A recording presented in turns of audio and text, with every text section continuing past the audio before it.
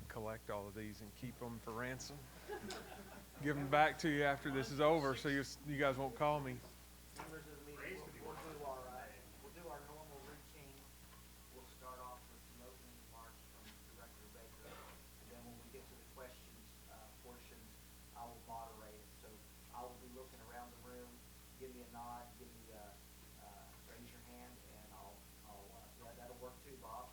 And I'll call on you so we're not talking over one another. Director Baker. Yeah, so thanks for being here today. You know, it was a difficult couple of days, difficult decision. Coach Brown's a tremendous colleague. In many ways, everything that you would want from a leader. Did a great job helping build the infrastructure of this program. A tremendous job just making sure that we're enriching the lives of young people, that they're being academically successful.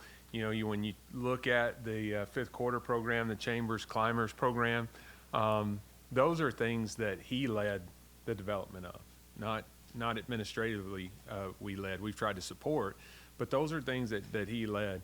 So I got so much respect for him. The class integrity he showed. If I was to script out how you'd want a couple of hard days to go, I couldn't have scripted him to be any better in any class here than he's been. So I've got a chance to talk to him several times. I missed a St. Francis basketball game last night because I was busy, but I think he was there. My wife was sitting there, he and Brooke, and had a chance to visit with them. So I just want to say on behalf of everybody here that thank you to him, and we're very appreciative. And then I want to thank Chad Scott. Those of you who've had a chance to be around Coach Scott, he has an infectious enthusiasm about him, and so I think he's particularly suited for this role. When you got young people that are going, you know, have a tough thing that happens to them, and then they have to rebound and get ready for a bowl game, and so he very quickly has rallied those guys, and the staff's been tremendous. So just from what the last couple of days looked like, got back Saturday, spent some time kind of thinking, getting some rest, met with Coach on Sunday a little after lunch, and we started to kind of walk through where we were and how we were going to move forward. He let the team know and his staff know that afternoon. Obviously, the announcement went out. And then yesterday, spent the day, I met with the team, I met with the staff, met individually with some folks, called some of our recruits that had committed. And everybody here has done a great job just moving us forward. So very thankful for that. After today, I'll send all of you guys' calls to block or to voicemail, lock in on trying to get this search done. So we've been doing some work on it. Right now, that net that we've cast is really wide. So the next 24 hours will be narrowing that down, starting to have some conversations. Initially, those will be Zoom type conversations. And then over the course of the next few days, really getting that down to a handful that we would want to see in person. So that's kind of where we're at. You guys know I won't establish a timeline because then people start getting really they freak out when you're not on that timeline. And you know, there's a lot of things that affect the timeline. We have potential candidates that'll be coaching in championship games, that kind of stuff. And so their availability, you know, they have an obligation to the team that they're with to make sure that they're doing their job there. So those things, just like it did with basketball, we had candidates that were in the NCAA tournament, and so you have to be respectful of them. From a profile standpoint, you know, pretty open. You all know, you followed our searches before, do a pretty good job uncovering who we talked to when you do the postmortem. You know, I think we're not limited to only head coaches or only coordinators. We want a proven leader, somebody who can understand and embrace West Virginia, somebody that understands roster construction in this modern and changing world of college athletics. From a revenue share perspective, we do expect to be at or near the full participation in rev share. So once we determine that football number, there's a substantial amount of rev share, and that's a big part of the job now. It wasn't a few years ago, but understanding how to use what is in essence kind of a salary cap is a really important part of what you want. But then it is important that we have a leader and not just a coach, somebody who's going to make sure academics and life enrichment is still important. Those are things that Coach Brown did an unbelievable job doing, and we want to continue. Someone with integrity, I feel like that's a non-negotiable.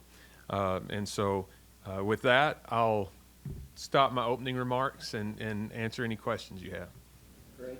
So Wren, I know with the hiring in basketball, you've done some analytic works and things that were important to you, maybe style of play as much as anything. I don't know if it all equates to football, but have you looked at some of those things, and what is important to you, in whoever it ultimately is? Yeah, I think, there's several analytics programs that'll tell you offensive efficiency, defensive efficiency, and special teams efficiency as well. And so I think when you're looking at head coaches, you want to look at, where their teams are now in all three of those categories, where they've been. So if they've lost coordinators, have they been able to backfill and replace them with equally capable and talented people? Maybe even go back into when they were a coordinator, if they were a coordinator, and what they've done. When you're looking at people who are coordinators now, kind of the same thing, like if they've been at multiple stops, has there been a clear progression each step of the way? Obviously that interview process is a little different for them because maybe they've been focused on one side of the ball, so you're going to want to know philosophically what they envision and maybe even get into potential candidates they may have. But yeah, I think for me, data and analytics are very important. They're not the only thing that's important, but I do think it's a way to make sure you're not getting into making decisions just based off emotions. Feel is a part of this process, but so is the data. Yeah, Wren, when did you make the decision on Neil?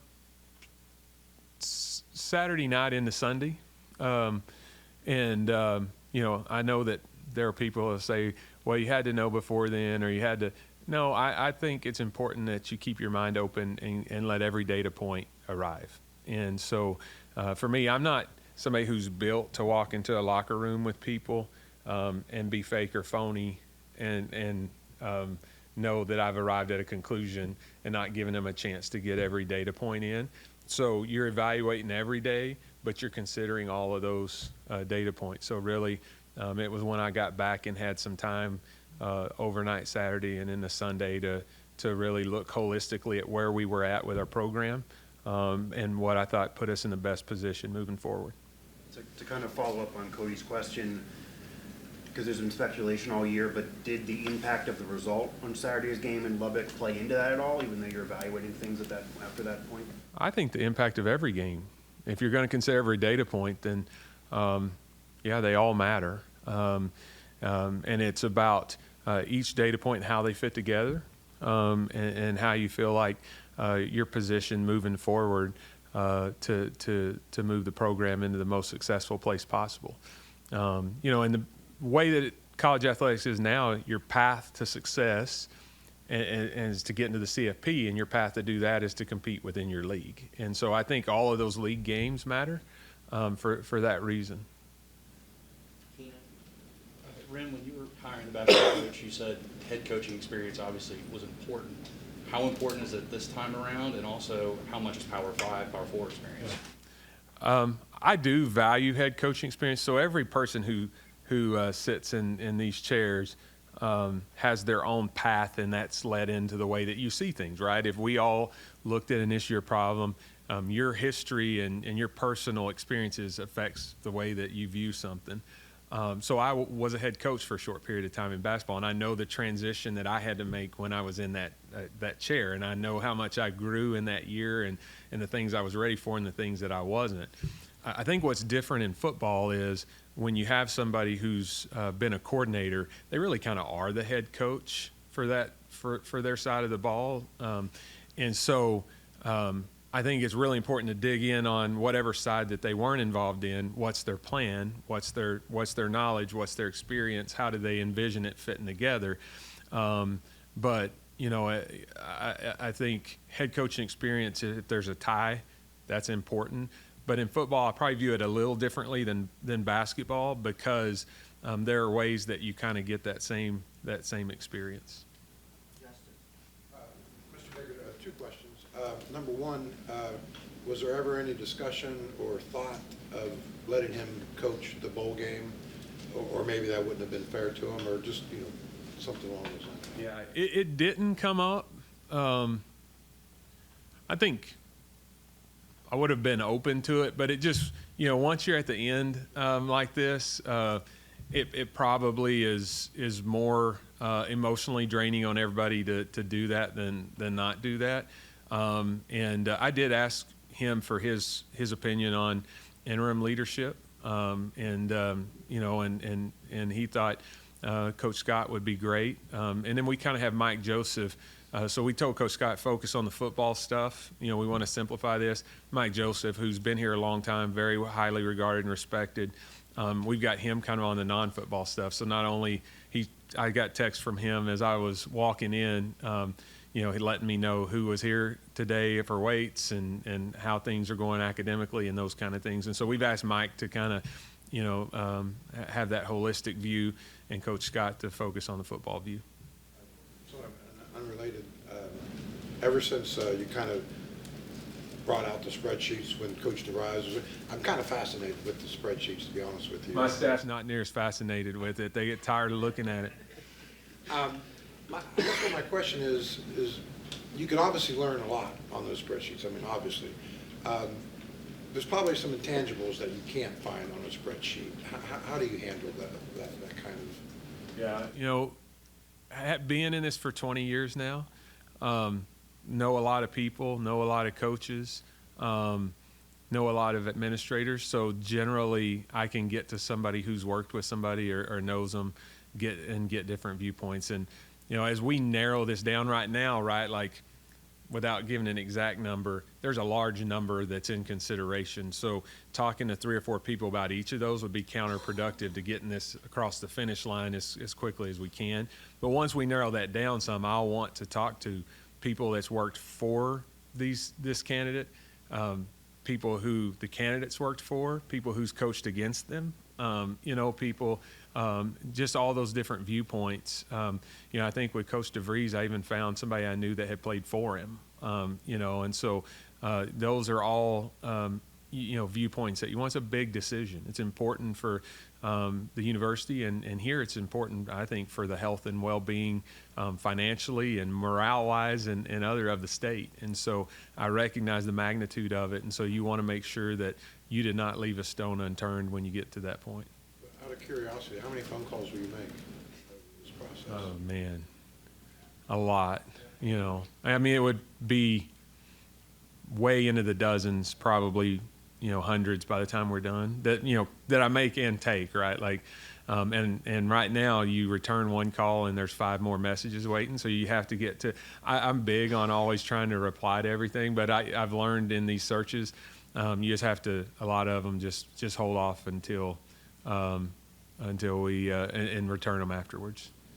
Let's go with John. Other job openings, I guess, Power Conference, the signing day, the transfer portal window, how does all that fit into what you're doing here moving forward?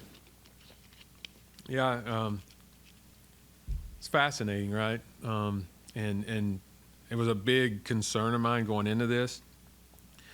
We had signing day on Wednesday. Portal opens, I believe, on the 9th.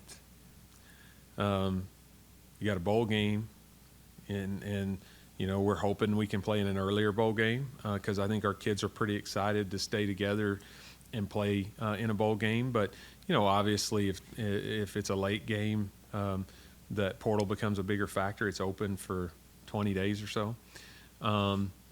Now, once you're in, you're in. But if you can play a game before that thing closes, you got a better chance to have better participation at the bowl game. But that's all a factor. But you just finally, John, get to a place where you realize, like, hey, I can't control any of those factors. And what's important here is that I put us in the best window we can to make a decision. The other jobs that open, I knew if you would have asked me a month ago and said, what are the jobs that could open? All of them, except for maybe UCF, I knew could open. And so, but again, you guys, I think I said this in the basketball search. I have a job to do to make sure all of the puzzle pieces are on the table for whoever we hire, and then that we hire the best person to assemble those puzzle pieces. That universe of candidates is not one of one, right? And so somebody else's timeline or their process or what they're doing ultimately is not going to affect the way. I'm very comfortable that we have a good process. I can't guarantee the outcome of every process. Like I told President Gee, he said, we've been really pleased with your hires here so far. And I said, well, if I could guarantee they were all going to be a success, you couldn't afford me. I'd be charging about $500,000 a pop to go work a week, and I'd have more business than I could handle. So they're all their own journey, but I think we have developed a process that I feel really good about where it leads us to, and so we're going to stick with our process. We have quite a few people on the list. I'll call on you in order that they come in. Kevin Kinder. Current assistants whose contracts extend past the end of this month or next month, what is their status? Will they all be bought out, depart also? And also, have you received any indication of which one of those may or may not stay for bowl games? So far, what I told everybody is that, one, we're going to treat people the way we'd want to be treated, with class, and we're not going to just throw anybody out all of a sudden. There's different kinds of contracts and different lengths on those contracts, and so we want to make it as my ask of our staff was, do what's right for our program and our kids, as long as you're an employee here, and I'll do what's right by you. And I was very honest about that, and they've all been very, very honest about that. I mean, I think we're going to have a good signing day tomorrow, and that took a bunch of people reaching out to kids and their families, assuring them that this program's in a good place and that, that we're all working together. In terms of beyond the bowl game, and then, we have some really talented people here. They may be getting chances to interview or take jobs, and I just ask them, as long as you're employed by us, you come in and do the best job by WVU and our kids every day and keep us updated on other opportunities. I get it. But then we got a lot of really good quality people. I don't know the exact number, but we've probably got 50, 60 people, in this building. And so when a new coach is identified, if they want to keep a lot of those people, I think that's great. Some of them, they don't report up through football, like our sports medicine people, right? Like for reasons of protecting health and safety of student athletes, those positions aren't beholden to who your coach is. And so, some of those people doesn't affect as directly. But that's kind of the way that we've handled it with our staff. And right now, everybody else that's in the program is here, still employed and still doing their job. If you walk through the halls today, you'd see them all doing their job. The position coaches were at weights this morning, encouraging the kids. Everybody's here and doing right by WVU. None of the assistants that have contracts that stretch a year or further right now will be terminated right now. You're going to let this process play out first. That's right. That's right. Michael Sessom. Based off the conversations you've had, after a few seasons without national contention, how attractive is this job going into next week? Well, I think it's an attractive job, one, because of the fans. You saw this year, and everybody made a big deal after about the attendance at the last game. They need to go back and look at that game historically, especially when there's a weather issue. I mean, I was here at the Cincinnati game last year, first time we played Cincinnati in a long time. It was a 9-win season. Crowd wasn't a whole lot different than this one. The students are gone, the dorms are closed. But other than that 1 week, when we open the gates, people are coming, and there's not very many programs in the country that can say that. And so people know the passion of our fans, and that's really important. It was important when I came here. You want to be somewhere where it matters to people. Then I think when you look at the Big 12, everybody knows it's wide open, and being a geographic outlier has some disadvantages. Travel is an issue and stuff, but it also has some advantages, right? You're not stuck recruiting the same kids as those. Your recruiting footprint's different. You have a little different something to sell. And so what I've heard from people is they know this is a history-rich program. They know that the Big 12 is wide open, as evidenced by this year. And you know, you look at Arizona State, where they were last year and where they are this year. And they know that the fan support here is great and that it means a lot to people. And so I think those are really good selling points. Are there challenges to this job? Yeah, there's challenges to every job. But I think most coaches understand that every job has its challenges, right? I mean, and so, but that there's enough here to be highly successful. Hi, Wren. Two-part question. Really looking at the like the 30-day window. I know you're saying you don't want to put out a timeline, but to yourself, with that 30-day window, how much does that kind of force you to condense the hiring timeline so you can get a new guy in who can go to the signees, can go to the guys before the portals close, before the transfer opportunities close, to kind of re-recruit them so that, you know, that guy has the time to kind of fortify a roster. And then on top of that, with that and with revenue sharing, all this stuff, how much do all these new factors complicate a hiring process in ways that, you know, when you've had to do this before in previous seasons, they just weren't there? Yeah, so first part of that, I always use the old, I think it was a John Wooden quote originally, and maybe it was in Hoosiers later, but be quick but don't hurry. I understand that the quicker that we can get this search done, the better position we put the new staff in. However, you can't misfire and get it wrong because you were rushing. And so we're going to take the time that it takes. That's what we did with men's basketball. We got that one done very efficiently, a week or so. You know, but I also would say that one was less complex than this one, right? So. But the reality is that you want to retain as much talent as you can. We got some great players. We got some great human beings in the locker room that I would love to stay here. We've got people that are from the area. They want to be here. But you look at men's basketball, you know, they've done a good job assembling a roster, and it only has one player that was here last year. And so that transfer portal works both ways. It gives people a chance to replenish, and then they get another chance in the spring, summertime after spring ball. So, you know, that's probably the way I look at that. I understand that the quicker we can go, the better position we'll be in, but I just refuse to feel rushed to do it. It is a fascinating and complicated time in college athletics. Like, listen, there's a reason why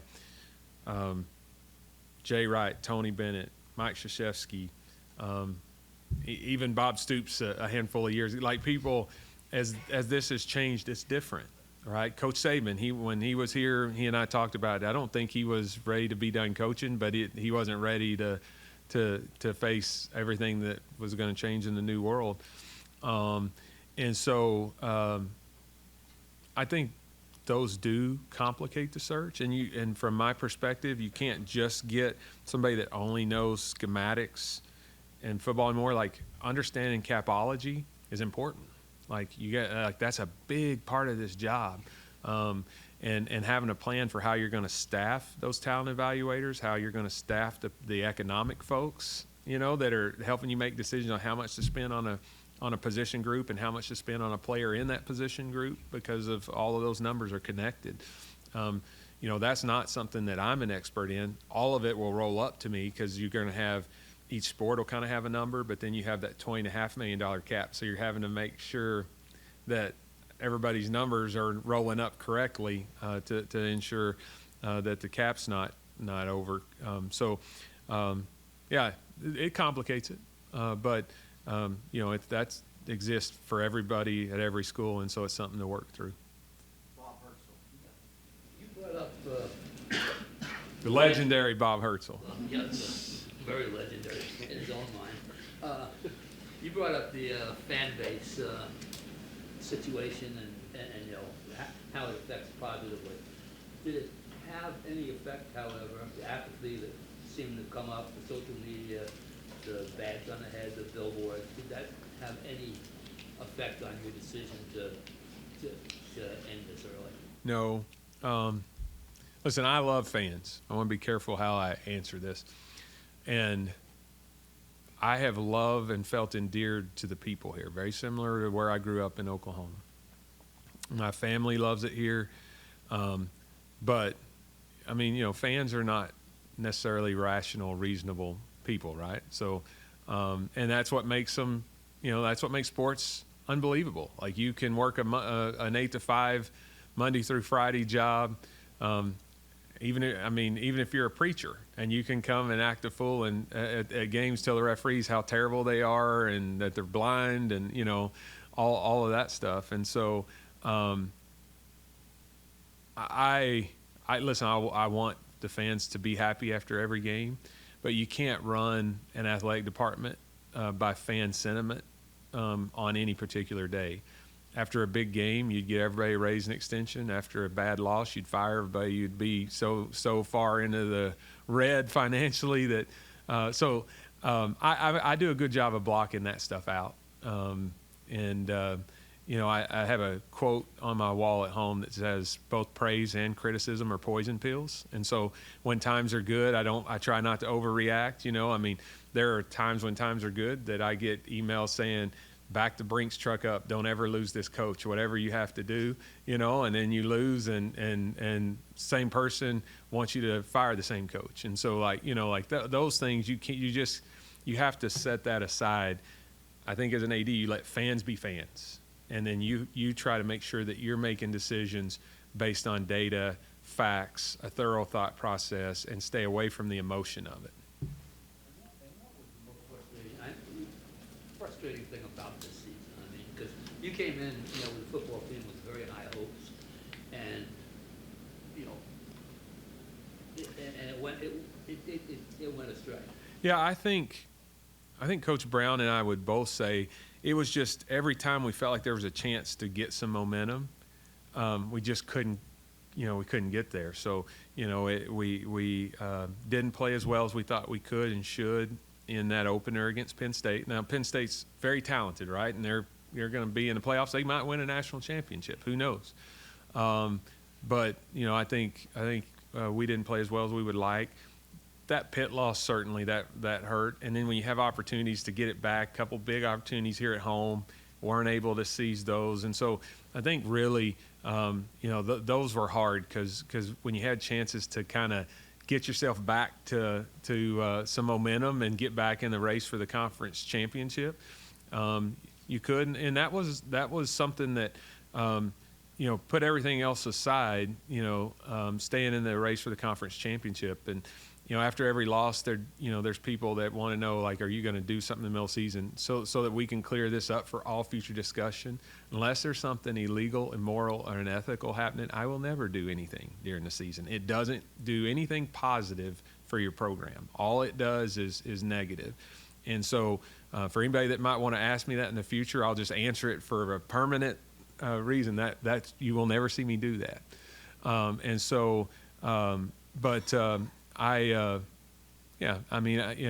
think that's probably what was the most disappointing. Just when you had chances to seize momentum back, we just couldn't quite get over the hump. Mike Kazan. I have two, Wren. One is kind of touching on what you mentioned before, but you had to put peace on the table for whoever comes in. And you said that the letter to the fans, you have to have certain things to spend more. What do you have to give a coach that's an upgrade or an improvement or an addition to what you have right now? Yeah, I think there's a lot of things that go into that, right? And I know, this is the other thing, I know the data of everything that we have. I know where our head coach pay ranks, our assistants pool pay ranks. I know where our budget ranks, our travel budget ranks. I know how we travel relative to everybody else. Like, I have all of that in kind of another competitive excellence spreadsheet. And I have it for every sport. I know where we are in those areas in every sport. And so if you look at where we're at, we're kind of in that 10, 11, 12 range in most of those categories, all right? But our expectation as a fan base, and I'm not saying this isn't fair, is to be in that top third of the league. And so I think if your funding is in the bottom third, your expectations are in the top third, that becomes really tough. And so one of the things that we're making sure that we do, particularly when it comes to rev share, is that we're going to be in that top third.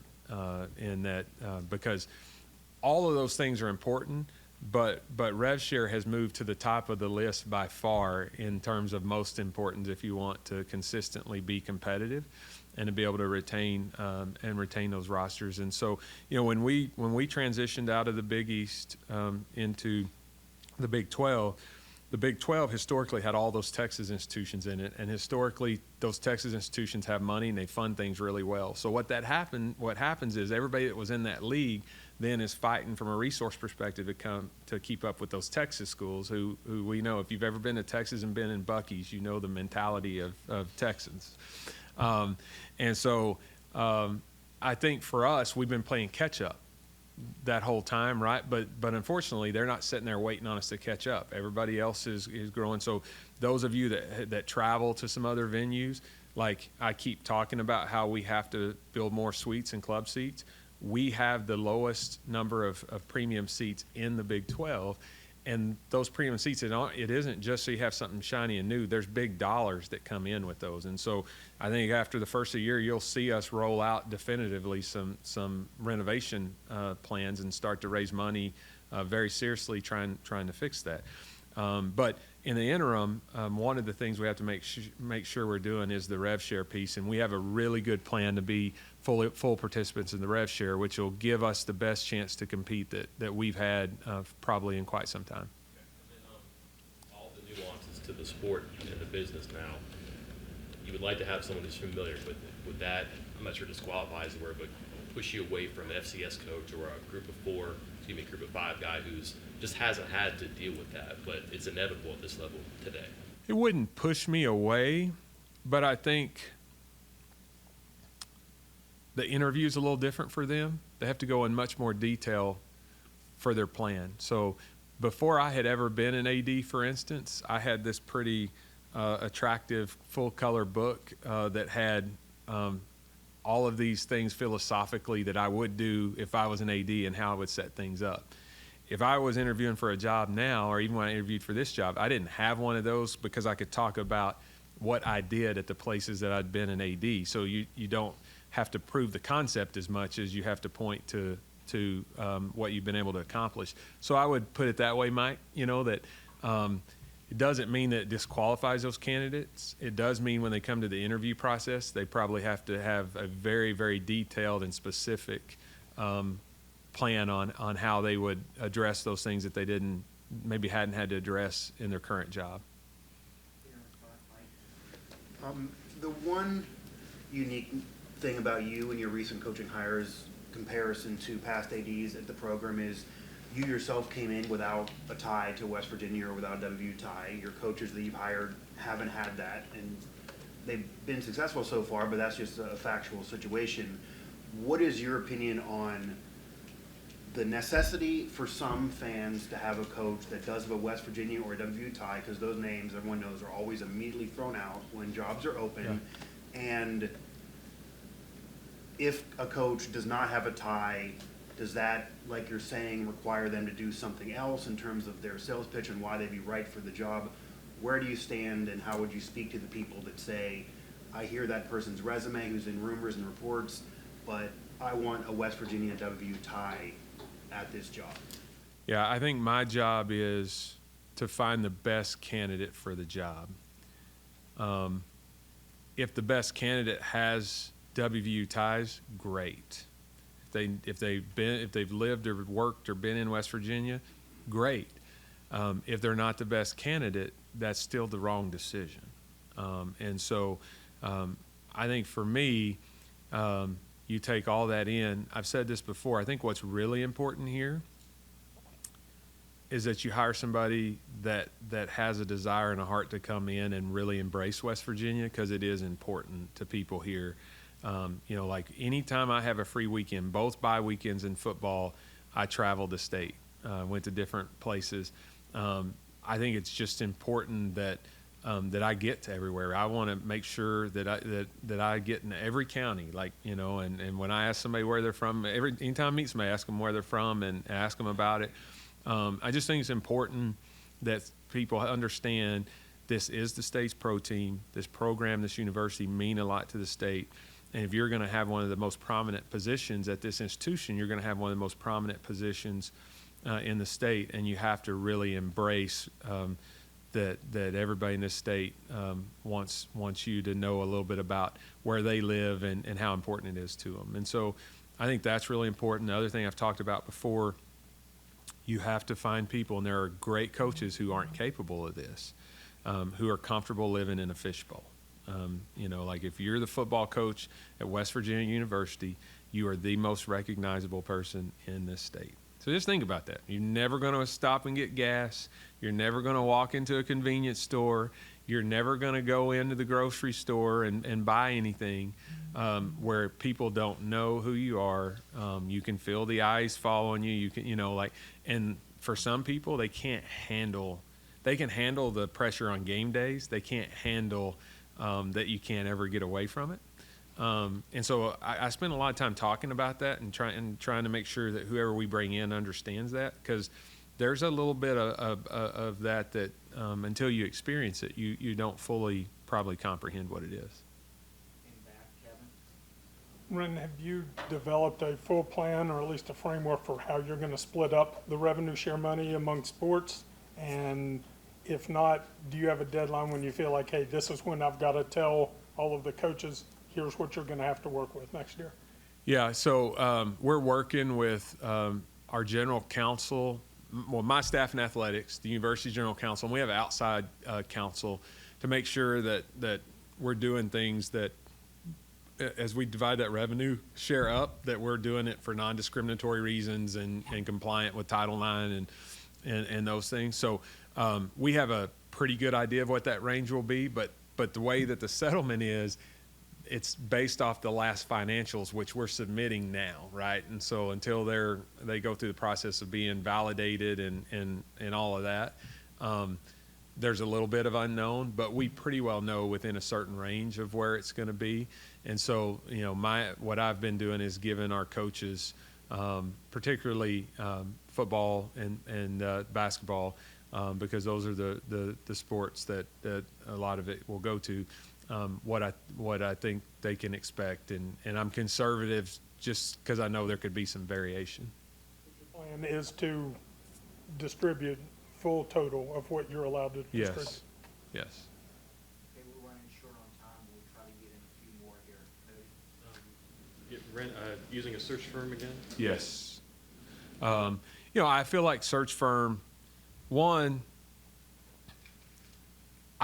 so when I start these processes, they don't start by giving me a list. I start by giving them a list because I've been working, as you guys know, we've talked about this.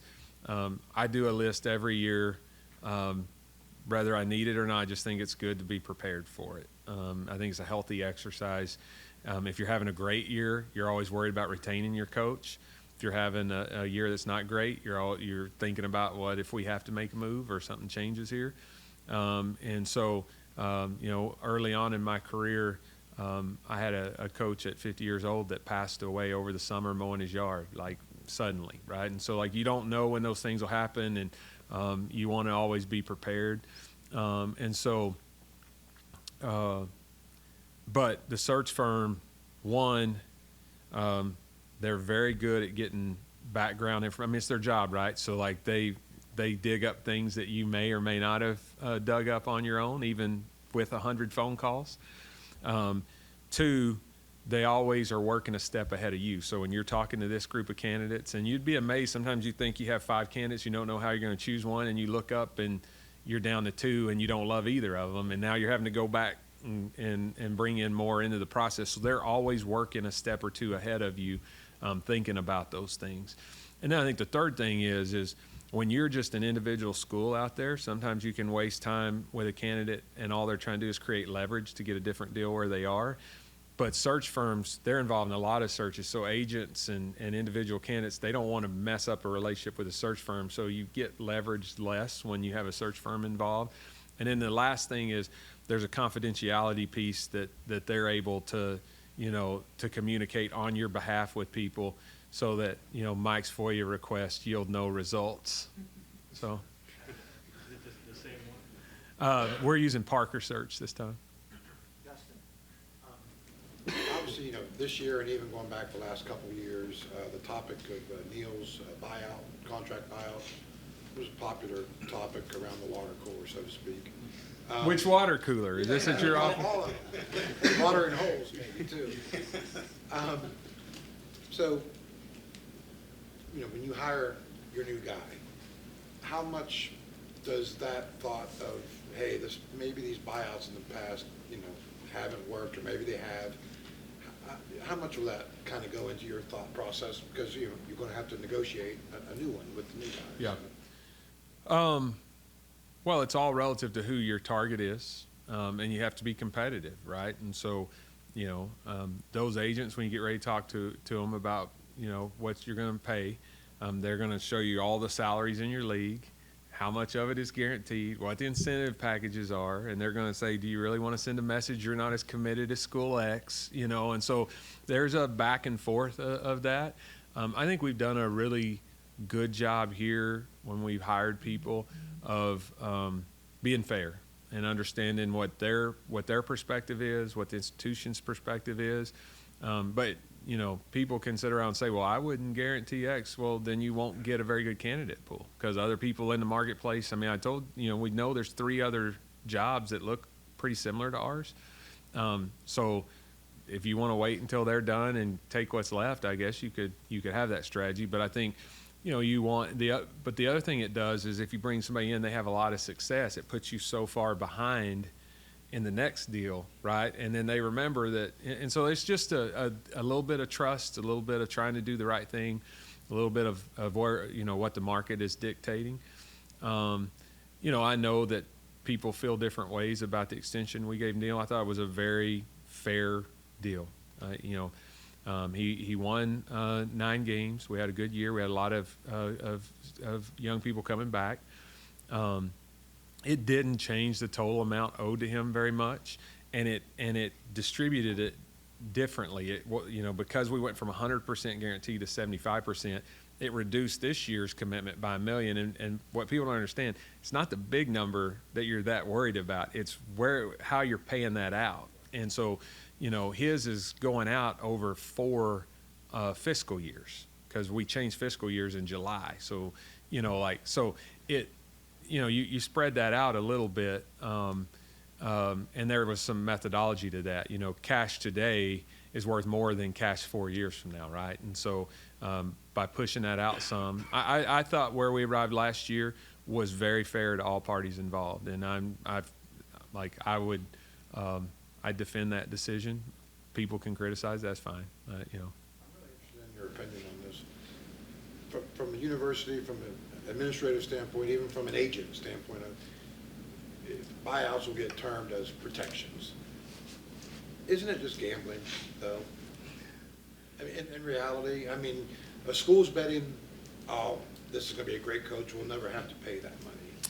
Well, there are no surefire things in athletics, right? I mean, look at Florida State's season last year and this year.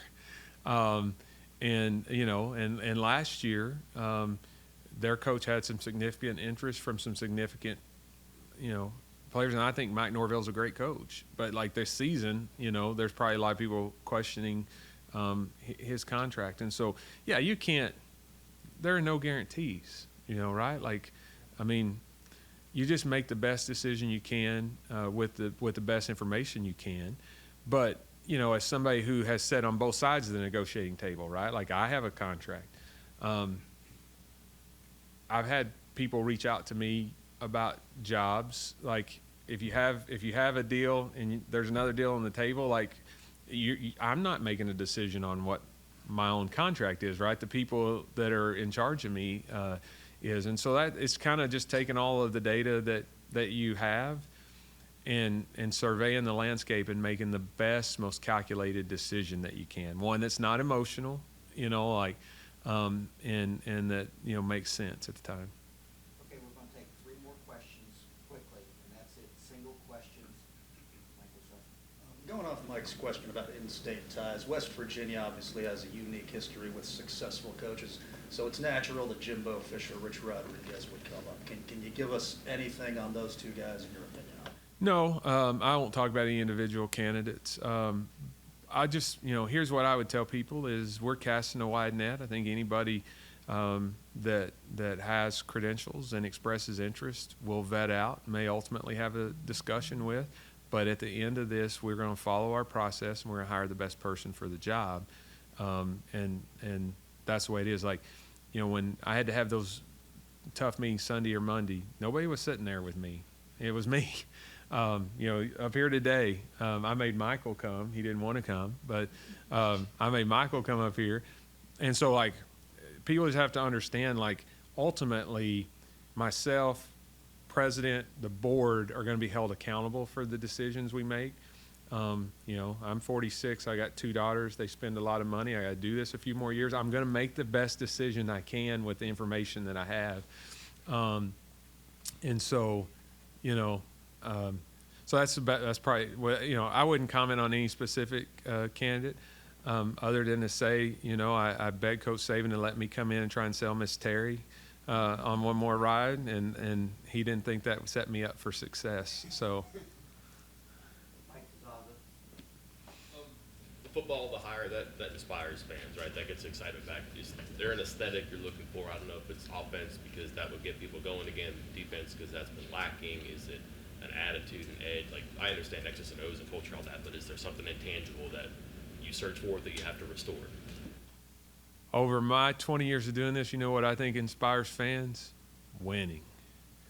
And so I'm not worried about winning a press conference or necessarily getting people excited when they read the press release. I want somebody that gives me the most confidence they can come in here and win. And the same thing we talk about scheduling, right? Like people talk about, I want you to play these tough teams. Well, like, here's what I know. When you're winning 8, 9, 10 games a year, people are a lot more excited than you're winning less than that.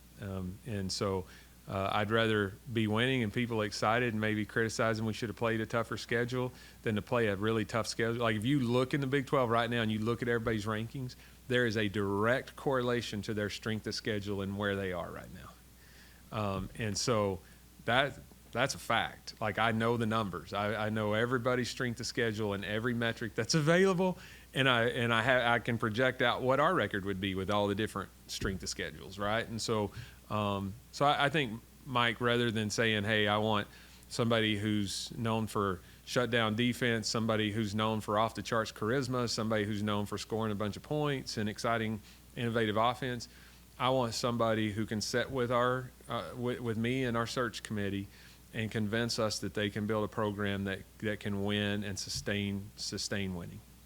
Last question, and you can close it up, Wren. So you mentioned a lot of calls that you're going to make. How many calls to boosters, alums, the Nick Sabans, Pat McAfee's of the world? Do you have conversations with them, or you tune that out? Yeah, I think you always want to make sure that you're talking to people who are knowledgeable and who have a lot of love for the program. Now, there comes a point where you have to shut that down because if you're taking all those calls, one, eventually it's going to turn to what candidates are you focused on, and like that just leaks, and then those people get freaked out. Other people in the market know that who you're talking to, and then maybe they jump on somebody trying to get ahead of you, and so it's just best to shut all that out. But yeah, I mean, our key boosters, either myself or one of our staff members, are reaching out to, just to kind of tell them the plan and process. I think it would be foolish if you can, if Don Nealon's here in town and had a lot of success here, if you don't call him, and I did last night and talked to him for a few minutes. If you have access to somebody like Nick Saban, yeah, you're going to talk to him. I would not have, if Pat hadn't said yesterday that he and I talked, I wouldn't have put it out there. But listen, he is. We are getting millions and millions of dollars of earned media value because of his unapologetic love of his alma mater, and so I recognize that. And so, yeah, I wanted to have a conversation with him. you know, he and I wouldn't say that we've developed a close friendship because he's busy and has a lot to do, but we've developed a relationship, and I appreciate how much he loves his school, his university. And so, yeah, you want to make sure that people know, here's our process, this is what we're doing. They have comfort and confidence. It doesn't mean that you're going to arrive at where they would arrive or what they want to happen, but as long as you're you know, making sure that they know that you're following a robust process, I think you end up in a good place. Great, that's all the time we have. Thank you all for coming. This concludes our press conference. Appreciate you guys. I'll go back to denying all of your phone calls and wish you well till we see each other on the other side of this search. Thank you.